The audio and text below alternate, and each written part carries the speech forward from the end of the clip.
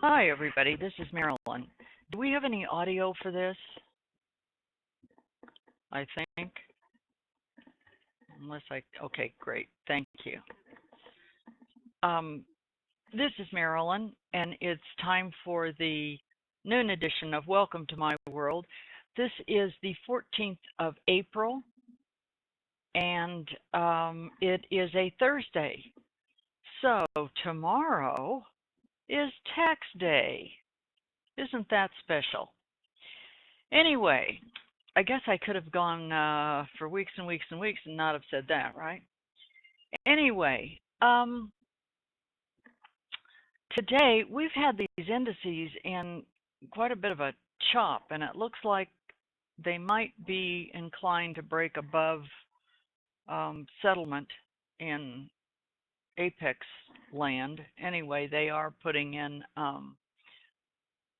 highs for the day, but they sure haven't had much of a trend.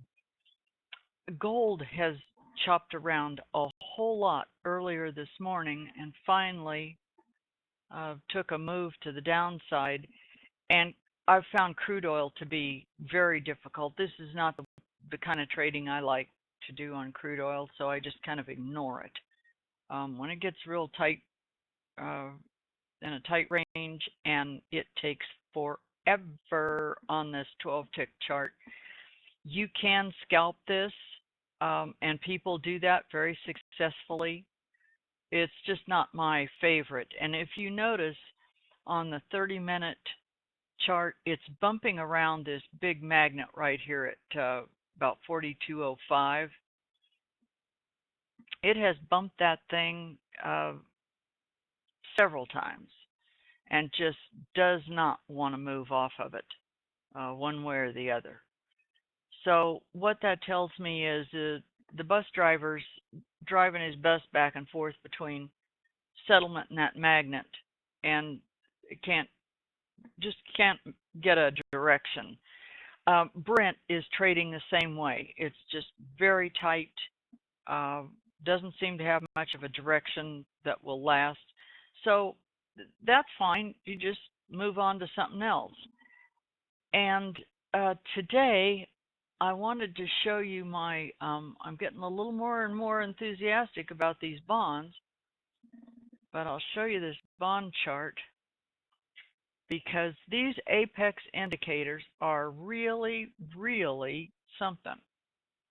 And if you go back here to about, I don't know, what's this, about 8:45-ish, when the E formed, and then we got a trend catcher entry right here with volume increasing and our trend R. This is 10 ticks from, you could take this from the deviation. There's a power line overlaying the ice. There's several levels right here. I don't know, 1 or 2 ticks above the trend catcher entry, but any of these entries would have given you 10 ticks down to the next deviation. And then when you wait a little bit, that's one thing you do have to pee a lot with bonds. But when it makes this green buy zone right here, and we've got the red ice, and then we got a trend catcher entry right here, and the trend R's flipped. I got this for 10 ticks.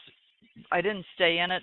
I just have my ATM strategy set on bonds for 10 ticks, but this would have given you quite a bit more than that. And of course, leaving money on the table is not the end of the world, and then you wait a little bit, and it puts in a sell zone right here with a red E, the trend catcher entry right here. I mean, if you really want to be sure, you can wait until it crosses that. But that's another 10 ticks. And when you have a trend like this in bonds, what I have noticed is when it makes one of these lorry elevator effects right here, if you've taken your 10 ticks, you can easily get back into this and take another 10 because 9 times out of 10, I have looked back and marked charts. It will, you can't always, um, after this elevator, you can't always wait until the trend catcher tells you to get a full 10. But once you realize that's exactly what this is, you have to wait for this red bar right here to close. But there's time from the deviation down is another 10. So bonds have been great lately, and I'm really trying to pay a little more attention to those.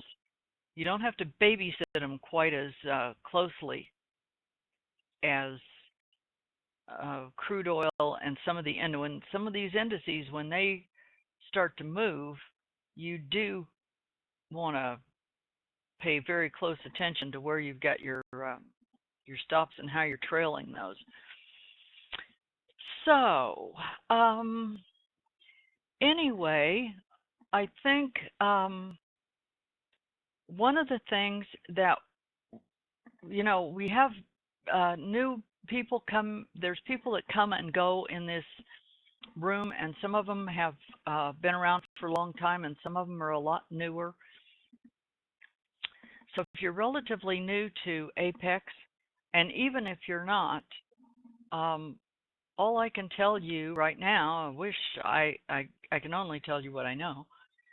Um, the Santa's helpers in the workshop are just knocking it out of the ballpark. And there is so much cool, wonderful stuff coming. I mean, it's really going to be, it's just going to be fabulous. I can hardly wait. So stay tuned and and learn what we're doing now.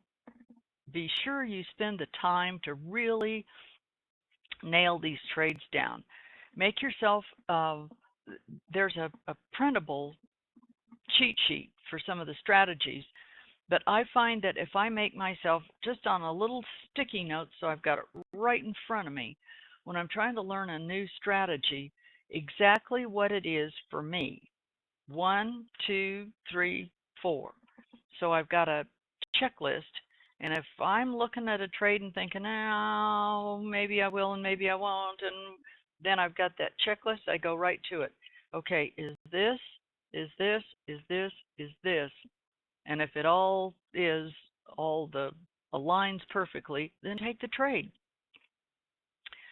But the danger in using this is that it's so incredibly good that you start to think, oh, well, this one thing over here says, no, no, no. You have to have the confirmation. You have to go with the whole, all the rules of that strategy. But this is going to get better and better and better. So, and keep in mind, some of us have been around for a while. When we started, what we had were A's and E's and P's and X's, and that's it.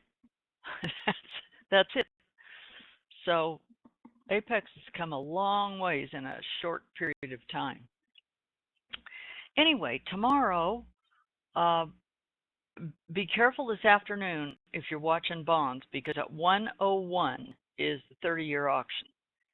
30-year bond auction is at 1 o'clock, and they release that at why it's 1 minute after the hour is beyond me, but they do. Then tomorrow in the morning, we have Canadian manufacturing sales and in the U.S. Empire State Manufacturing. And then at 9:15 tomorrow are some more economic numbers releases, and again at 10 o'clock. And don't forget tomorrow the G20 starts.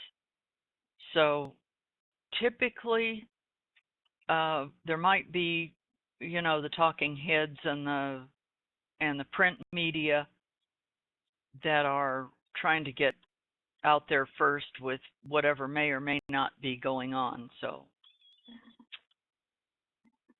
and the other thing is we're coming up on the expiration of the crude oil contract. So probably the best time for us to roll that is going to be over the weekend. I'll take a look at that and make sure that's what at least I want to do. Right now, we are definitely trading the contract with volume in it, and that's the key. Follow the money and the volume.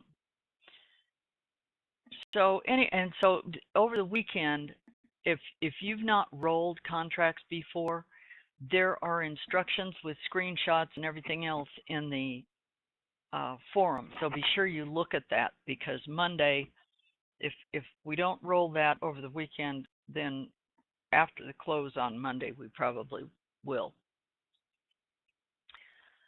So I think that's about it. There's been a lot of good discussion in the chat. So if you're just popping in, try to bring up this chat, because people are really getting the hang of posting charts and sharing their trades and finding out, if there was a better way for them to build their mousetrap. So anyway, this has been my view from my world in Apex land, brought to you by Apex Investing. I'll see you tomorrow about noon. Thanks.